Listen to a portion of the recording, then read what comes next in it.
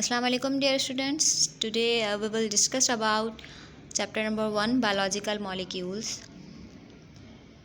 Here we discuss some basic concepts. Number 1 atom, molecules and cell. What is atom, what is molecule and what is cell? इनका हमें पता होना चाहिए कि ये क्या है. Basic concepts हमें पता होने चाहिए. एटम क्या है? Every matter is made up of atoms. कोई भी चीज़ हो वो एटम की बनी है. जब एटम्स बीच में केमिकली बॉन्ड बनाकर कंबाइन हो जाते हैं तो हम उन्हें कहते हैं मॉलिक्यूल. जब बहुत सारे मॉलिक्यूल मिल जाते हैं तो एक सेल का स्ट्रक्चर बनाते हैं और वो मॉलिक्यूल जो सेल का स्ट्रक्चर बनाए उन्हें हम कहते हैं biological molecules. Cell is the structural and functional unit of life. Cell खुद क्या है? बेसिक यूनिट है लाइफ का. और biology is study of life. Biological molecules. अब बायोलॉजिकल मॉलिक्यूल्स क्या हैं? Molecules that make up the structure of a cell are known as biomolecules. वो मॉलिक्यूल्स जो सेल का स्ट्रक्चर बनाते हैं उन्हें हम कहते हैं बायोलॉजिकल मॉलिक्यूल्स. और जब हम बायो मॉलिक्यूल्स की स्टडी करेंगे तो उस ब्रांच को कहा जाएगा biochemistry. Branch of biology that deals with the biochemical basis of life is known as biochemistry. वो ब्रांच जिसमें हम बायोकेमिकल बेसिस ऑफ लाइफ पढ़ते हैं, यानी कौन से मॉलिक्यूल हैं जो सेल का स्ट्रक्चर बनाते हैं, कौन से केमिकल रिएक्शंस हैं जो सेल में होते हैं, सेल में रहकर केमिकल रिएक्शंस कर रहे होते हैं. ये सब हम पढ़ेंगे बायोकेमिस्ट्री में. अब इम्पोर्टेंस क्या है बायोकेमिस्ट्री की? Process being carried out in our bodies. ऐसा प्रोसेस जो हमारी बॉडी में चल रहा है. For example protein synthesis from DNA. किस तरीके से प्रोटीन बन रही है डीएनए से. एबनॉर्मल मैकेनिज़्म जो हो रहा है और वो डिज़ीज़ कॉज कर रहा है. मेडिसिन्स की डेवलपमेंट. किस तरीके से सेल जो है कंबाइन हो जाते हैं अदर सेल्स के साथ. कैसे सेल ग्रो करता है और कैसे कैंसर कॉज होती है. How does the memory work, मतलब किस तरीके से हमारा ब्रेन वर्क करता है.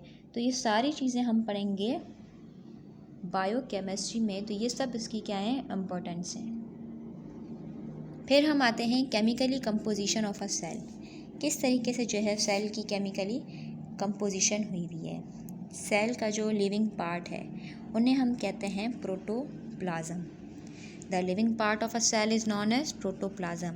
और इस प्रोटोप्लाज्म में 70 to 90% क्या होता है? वाटर होता है.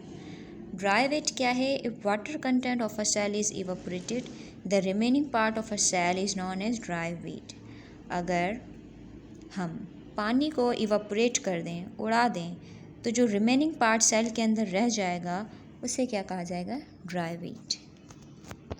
अब कुछ एलिमेंट्स हैं जो बायोमॉलिक्यूल्स बनाते हैं डेट मेकअप द बायोमॉलिक्यूल्स. वो हैं carbon, hydrogen, oxygen, nitrogen, phosphorus, sulphur. ये आपको याद करने हैं कि ये मॉलिक्यूल्स हैं. फिर हम देख लेते हैं कुछ बायोलॉजिकल मॉलिक्यूल्स के नेम्स. ये कौन कौन से बायोलॉजिकल मॉलिक्यूल्स हैं? वो हैं carbohydrate, lipid, protein, conjugated molecules, nucleic acid. अब हम देख लेते हैं monomer and polymers. Monomer and polymers क्या हैं? मोनोमर्स बेसिकली अगर देखा जाए तो मोनो का मतलब होता है वन एंड पोली का मतलब होता है many. Biomolecules are complex structure हैं ये जो मिलके बनाते हैं सिंपलर यूनिट्स जिन्हें हम मोनोमर्स कहते हैं. मोनोमर्स जब कंबाइन होंगे तो वो क्या बनाएंगे? पॉलीमर्स. नीचे आप देख सकते हैं एग्जाम्पल है मोनोमर प्लस मोनोमर और क्या बना हमारे पास? पॉलीमर. तो मोनोमर एक यूनिट है और ये जब मिलेगा तो पॉलीमर बनेंगे. अब आप यहाँ देख सकते हैं केमिकली कंपोजिशन ऑफ सेल. यहाँ आपको मोनोमर पॉलीमर का कॉन्सेप्ट अच्छे तरीके से समझ आ जाएगा. अब ये है अमाइनो एसिड. ये एक मोनोमर है, एक यूनिट है. जब अमाइनो एसिड पेप्टाइड लिंकेज के साथ बॉन्ड बनाएगा, ठीक है, अमाइनो एसिड का जब पेप्टाइड लिंकेज के साथ जुड़ जाएगा तो हमारे पास एक बायोमॉलिक्यूल बनेगा और वो बायोमॉलिक्यूल बनेगा प्रोटीन. इसी तरीके से जब मोनोसैकेराइड ग्लाइकोसाइडिक बॉन्ड के साथ जुड़ जाएगा तो हमारे पास कार्बोहाइड्रेट बनेगा. इसी तरीके से डीऑक्सीराइबोन्यूक्लिक एसिड जब फॉस्फोएस्टर बॉन्ड के साथ जुड़ जाएगा तो हमारे पास क्या बनेगा? डीएनए. अब आपकी बुक में जो है ये केमिकली कंपोजिशन सेल का एक टेबल है आपकी बुक में, जिसमें ये बताया गया है कि बैक्टीरिया और मेम्ब्रेन की कितना जो है आपके पास बायोमोलिक्यूल्स की कंसंट्रेशन है। जैसे यहाँ लिखा हुआ है कि वाटर 70% बैक्टीरिया सेल में है, मेम्ब्रेन सेल में 70% है। इस तरह प्रोटीन, कार्बोहाइड्रेट, लिपिड, इन सब की जो है बताई हुई है परसेंटेज। तो ये आपको याद करना है, ये एमसीक्यूज पॉइंट ऑफ व्यू से बहुत ज़्यादा इम्पॉर्टेंट है। Thank you for watching, thank you so much.